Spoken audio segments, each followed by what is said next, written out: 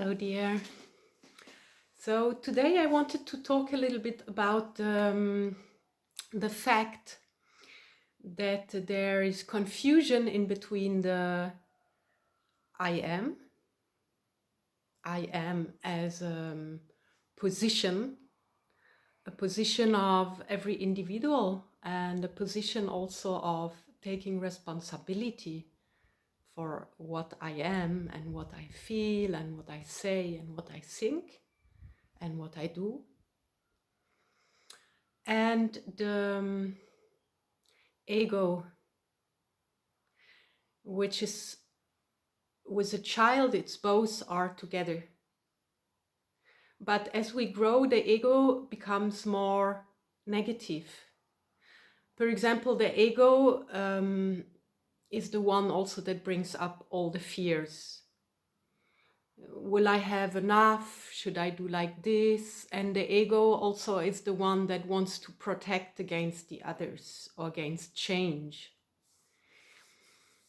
The ego also tends to victimize, to say, oh my God, these hard times, or I don't have enough money, I cannot do this, or because he's like that, that's why I suffer. So actually they become quite opposite when we grow up, because one is the core, is the seed of us, and it's really connected to the soul and to all the work and all the evolution we have done through lifetimes and lifetimes. So this is the one also that has suffered, that knows about compassion. This is the one also that knows that we are here to learn, and we can fail, and we can just try, and we can experience. And it's the one also that forgives, is like a loving parent that pushes us into life with our blessings. So I call this the holy I am. When I feel I am, I also feel the uprightness, and I feel the power of my sovereignty. So this part is very important when we go into meditation. This is a key part, because this part will lead us to where the I am is reconnected with the universe and with all. When we say I am, it also means I'm ready to act, I'm ready to help. So it's very important when we start with meditation, and when we start to analyze how we live, how we feel, and to discover our patterns, that we understand it's not at all egocentric to take our time. It's very important.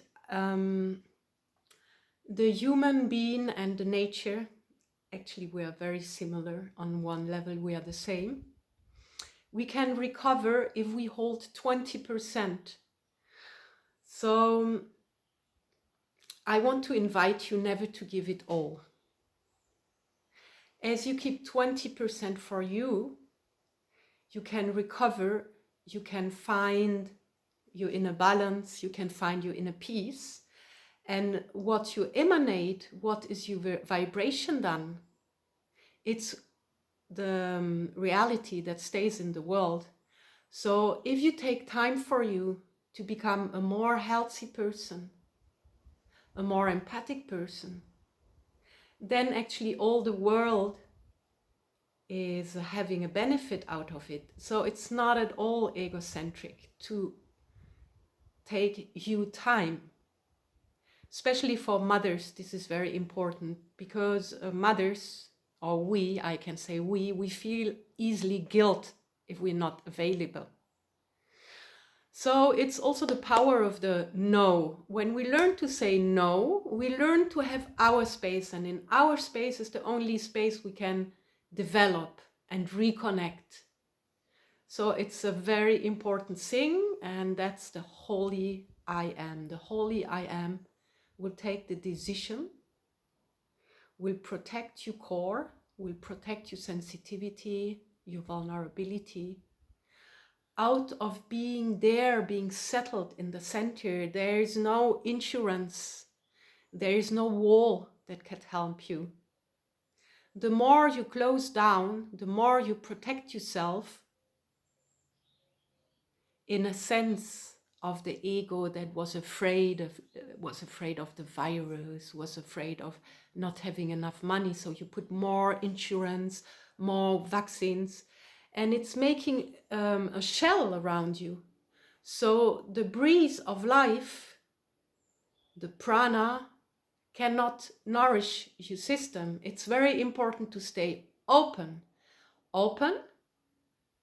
but aware of holding the 20%, the core of what you need,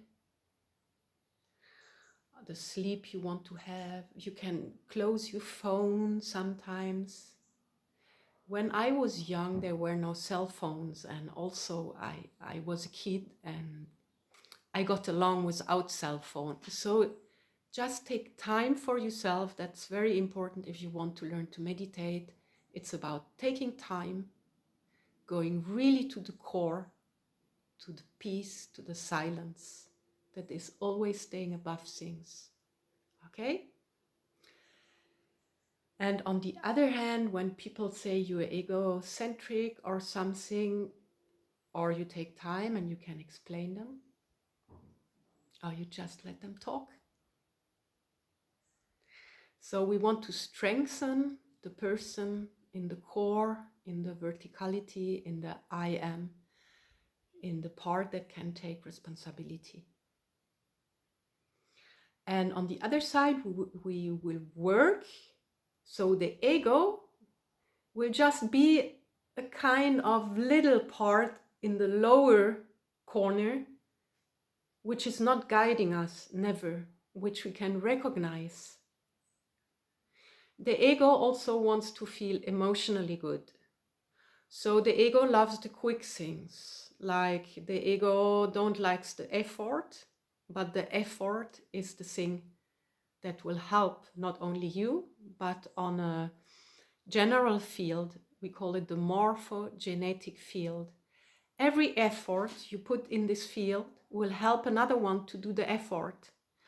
So the ego don't likes effort. The ego likes quick things like movies, press the button, don't think.